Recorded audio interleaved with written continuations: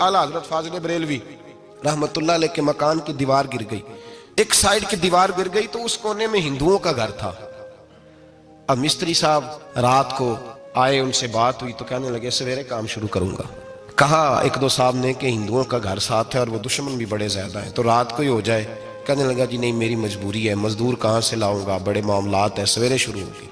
अब रात को मौलाना ज़फ़रुद्दीन बिहारी अलैहि रहमा कहते हैं बच्चे मदरसे के बाकी सारे लोग सबको जमा किया गया, चूंकि उस तरफ से थोड़ा खतरा था हिंदुओं की जानिब से। कहा जनाब ये बड़े दुश्मन है इस्लाम के, तो इस तरह करो कि 2-3 बच्चों की ड्यूटी लगाएं या कुछ लोगों की यहाँ रात को पहरा दिया जाए। ठंड भी बड़ी ज्यादा थी, खड़ा होना भी मुश्किल था।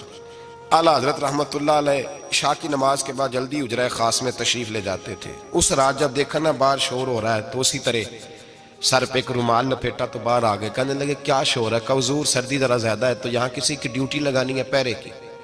2 मिनट खामोश रहे, फिर फरमाने लगे कोई जरूरत नहीं, जाओ सो जाओ सारे जाके, कोई जरूरत नहीं, जाओ अपने अपने घरों को, कोई आदत नहीं, पहुंच जाओ। कहा हुजूर मेहरबानी करे, वो तय होने लगा था। फरमाया मेरी वजह से क्यों कोई सारी रात बेदार रहे, जाओ तुम्हें कहा ना आराम करो। लोग सो गए। सुबह फजर की नमाज पढ़ के आला हजरत रहमतुल्लाह ताला अलैह जब सीढ़ियां उतर रहे थे रजा मस्जिद की, तो वो जिस हिंदू की जानिब से ज्यादा खतरा था वो सीढ़ियों पे बैठा था, मस्जिद की सीढ़ियों पे। सब लोगों की तवज्जो हो गई। कहने लगा मौलाना मैं कलमा पढ़ने आया हूं, मुझे कलमा पढ़ा के मुसलमान कर दो, मैं कलमा पढ़ने आया हूं, मुसलमान करें। लोगों की तवज्जो। आला फरमाने लगे नहीं अभी तू इंतजार कर, थोड़ी देर के, अच्छी तरह सोच ले, जज्बाती फैसला ना कर, ये तू आ रहा है। ये कह के जब 2 सीढ़ियां नीचे उतरे उसके पास से तो उसने पैर थाम लिए। कहने लगा अब ऐसे तो ना करो, रोने लगा।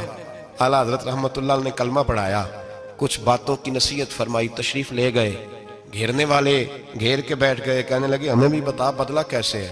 कहने लगा दीवार गिर गई, आधी रात तक इंतजार करता रहा, पहरेदार कोई नहीं, तो 2 तलवारें लेकर जब मैं इनके मकान की जानिब बढ़ा, मैंने कहा आज गर्दन काटूंगा और काट करके निकलूंगा। कहता है जब मैं करीब आया तो 2 शेर खड़े थे, ऊपर से पलट के आया तो फिर खड़े थे, इधर से पलट के आया तो फिर खड़े थे।